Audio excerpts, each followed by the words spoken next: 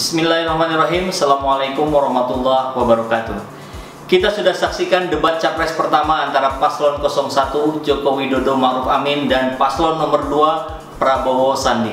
Beragam pendapat muncul, ada yang bilang debat rasa bimbel, ada yang bilang hambar, dan banyak yang kecewa karena judulnya debat, tapi nggak ada pertukaran gagasan dan ide-ide yang brilian. Mungkin belum ya, mudah-mudahan di debat selanjutnya bisa terjadi. Agar semakin terlihat mana paslon yang punya kualifikasi yang lebih baik untuk memimpin negeri ini. Tapi ingat, 17 April nanti kita nggak hanya pilih capres, tapi juga caleg. Jangan terbuai dengan hingar-bingar pilpres saja. Kita juga baiknya mulai mencermati siapa yang akan kita pilih sebagai caleg. Jadi, yang bakal kita obrolin kali ini, khususnya memang untuk pemilih pemula. Tapi, buat yang udah pernah nyoblos juga nggak apa-apa kali ya. Malah bisa nguatin pilihanmu nanti.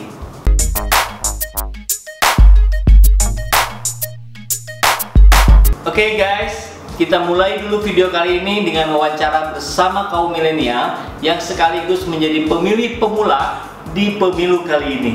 Saya Hilman Anissa dari Bandung. Nama saya Kotonoda Rifki Pratama Putra. Nama saya Denis dari Bandung.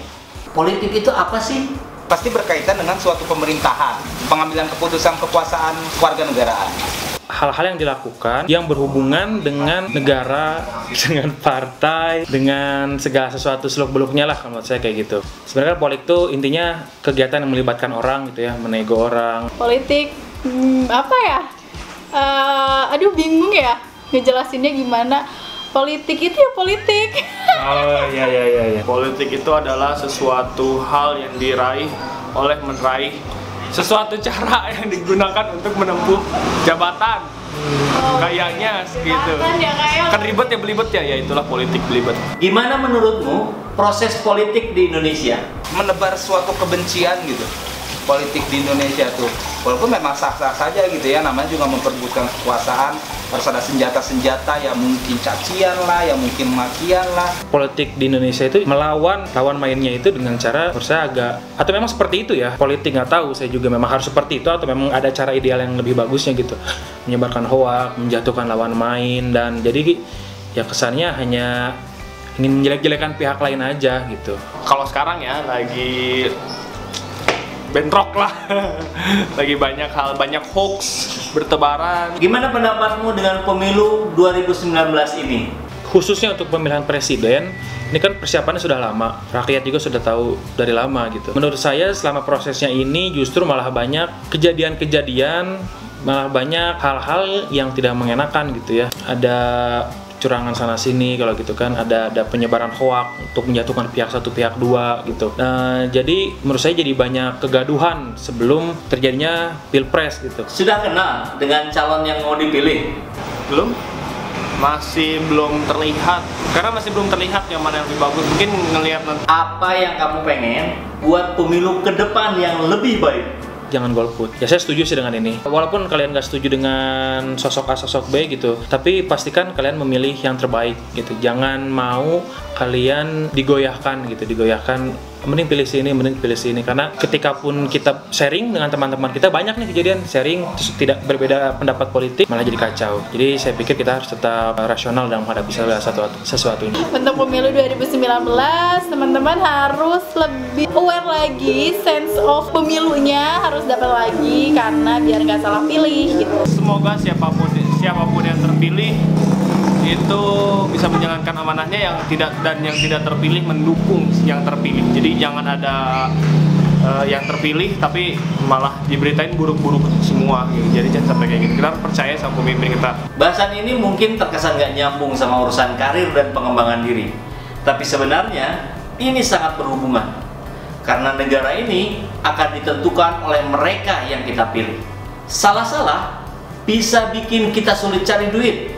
Mana harga-harga terus naik, repotlah kita. Belum lagi, apa yang kita pilih harus kita pertanggungjawabkan di akhirat kelak. Jadi, setelah nonton tayangan ini, insya Allah teman-teman akan lebih mudah untuk menentukan siapa yang akan dipilih nanti. Kita bahas sepintas dari politiknya dulu. Sebetulnya definisi dari politik itu banyak, tapi yang menarik itu dari Aristoteles.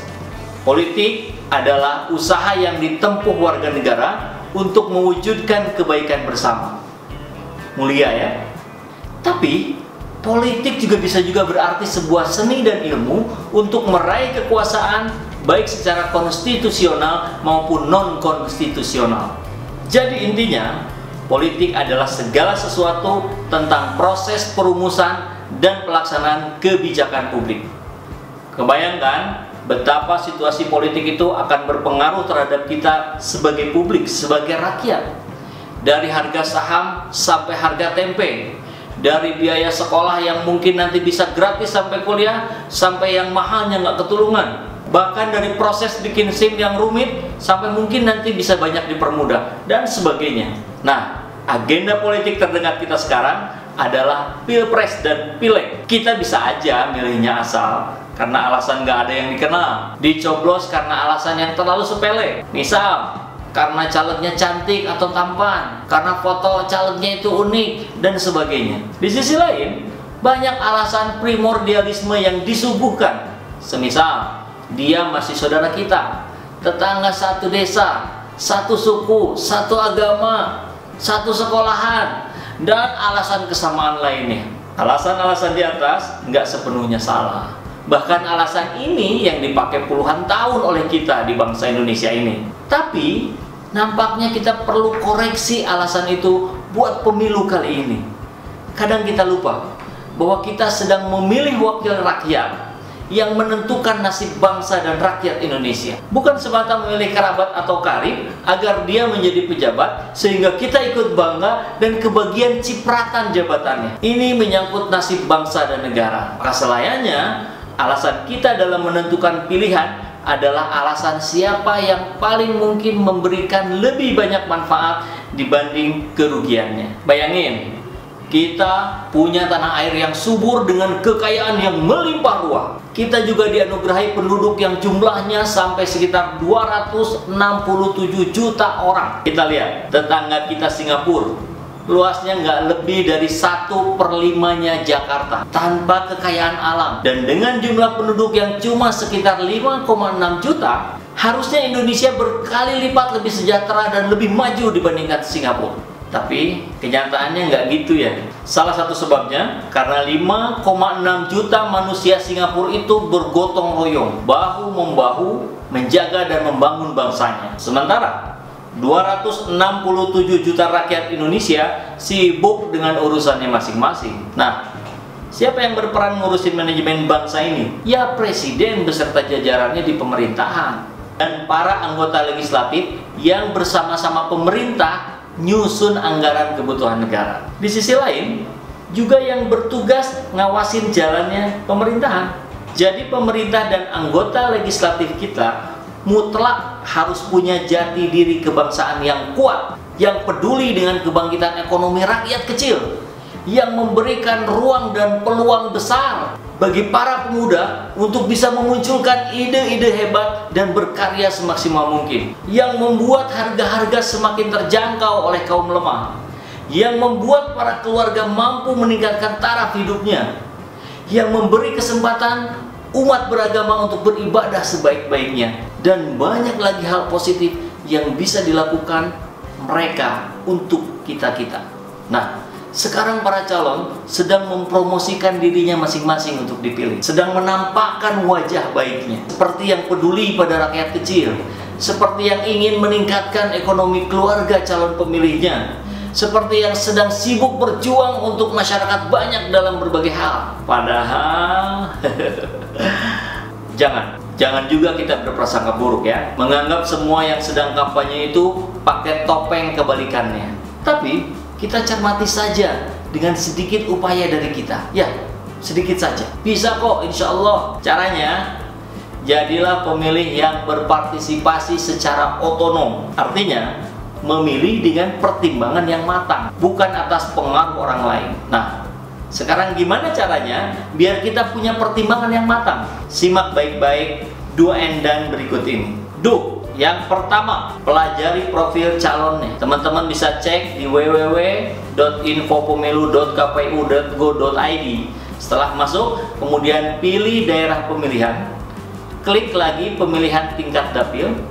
Pilihannya ada DPR, DPRD provinsi, dan DPRD Kapko, kabupaten kota maksudnya ya.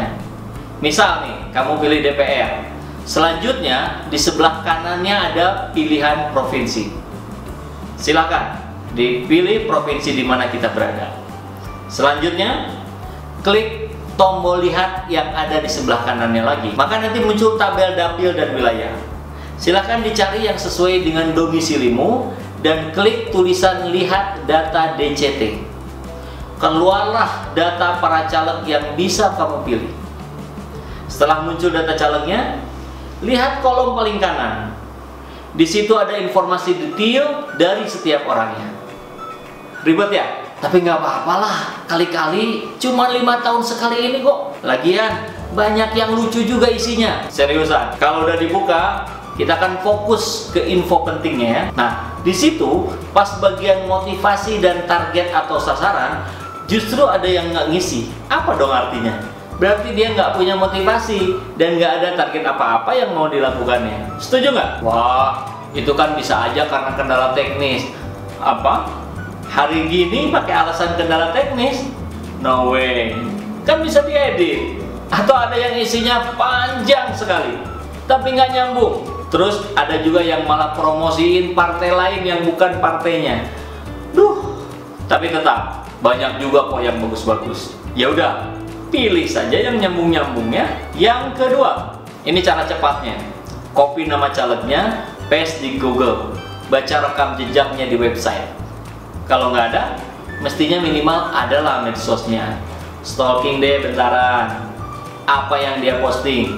Sesuatu yang membangun atau malah omong kosong? Mengkritisi atau malah mencaci maki? Tentang aktivitasnya yang terlihat bekerja atau sekedar selfie? Pokoknya bakal kelihatan kok. Kalau nggak nemu juga medsosnya, ya sudah, jangan dipilih. Berarti dia nggak ada niat untuk interaksi dengan calon pemilihnya. Betul? Yang ketiga, masih bingung juga karena kebanyakan calonnya, persempit dengan pilih partainya saja. Pastinya lebih mudah kan nyari tahunya. Pilih partai yang programnya paling banyak terjun langsung ke rakyat, yang bukan hanya hingar-bingar saat jelang pemilu aja. Oke? Sekarang kita masuk ke dan. Yang pertama, nggak perlu ikut-ikutan terpancing dengan suasana politik hari ini yang makin memanas. Rugi. Nggak ada manfaatnya buat kita. Yang kedua, jangan terjebak dengan fanatisme buta. Semua pilihan pasti punya kelebihan dan kelemahan.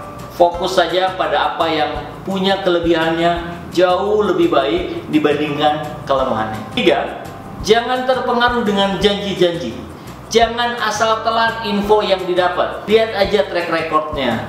Caranya sama, stalking aja deh bentaran. Zaman teknologi ini enak sebenarnya. Yang penting anak muda sekarang harus mau cari tahu. Generasi sekarang punya kemampuan buat mengubah dunia jadi lebih baik. Masa muda kita adalah kekuatan kita. Pilihan kita adalah suara kita. Oke? Cukup? Semoga bermanfaat. Assalamualaikum warahmatullahi wabarakatuh. Be enthusiast and keep progress. Politik itu politik ya. Oke. Nah, Politik itu apa coba Sob? politik, iya enggak. Iya, apa Ini sih? definisi panjang soalnya. Iya, ya politik itu ya politik. Kayak apa gitu ya? Oh, itu bisa di-cut itu ya. Oke.